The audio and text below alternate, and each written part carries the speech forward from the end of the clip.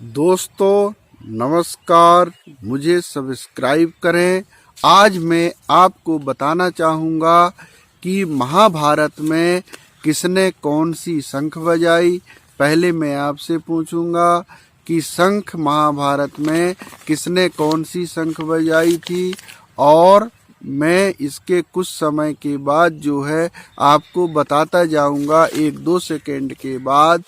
तो आपको ध्यान होना चाहिए, आपको मालूम होना चाहिए कि अपने जो महाभारत हुआ था त्रेता में, श्री कृष्ण जी थे उसमें, और कहाँ हुआ था, दिल्ली कुरुक्षेत्र में ही महाभारत हुआ था।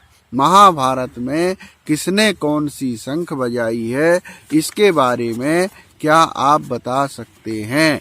चलिए सबसे पहले हम भगवान श्री कृष्ण से शुरुआत करते हैं कि भगवान श्री कृष्ण ने महाभारत में कौन सी शंख बजाई थी, बताइए। अब मैं आपको बताता हूँ कि महाभारत में श्री कृष्ण ने पांचजन्य नामक शंख बजाई थी।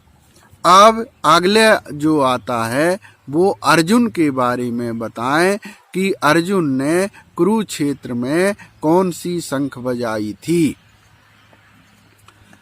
बताइए।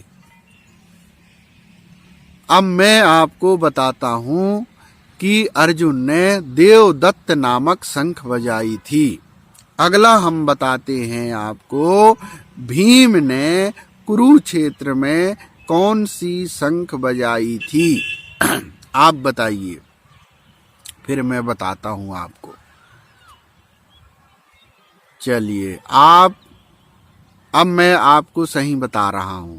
भीम ने कुरुक्षेत्र में पौंड्र नामक शंख बजाई थी। आगे चलते हैं।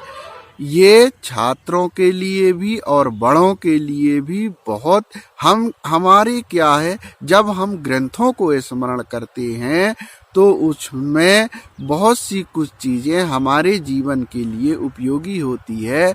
इसलिए हम ग्रंथों को संग्रह करके रखते हैं, और ग्रंथों के बारे में बच्चों हों या बड़े हों, ग्रंथों के बारे में हमको अनिवार्य रूप से जानकारी कुछ न कुछ रखना चाहिए। आगे चलते हैं दोस्तों।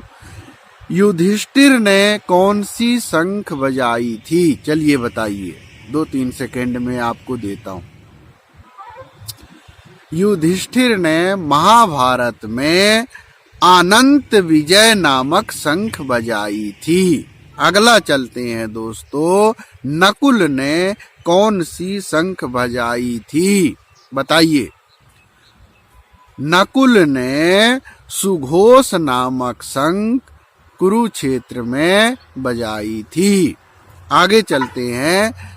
लास्ट जो है, सहदेव ने कौन सी शंख बजाई थी, बताइए। सहदेव ने मणि पुष्पक नामक शंख बजाई थी। तो ये सभी और भी जो गुरु थे और भी थे जो वो अलग अलग अपने शंख बजाए हैं, उनके भी नाम हैं, अपने अपने शंखों के नाम दिए थे। लेकिन जो मेन पात्र हैं वो उनके बारे में हमने बताया। मुझे सब्सक्राइब करिए, लाल बटन दबाइए। आपको नमस्कार।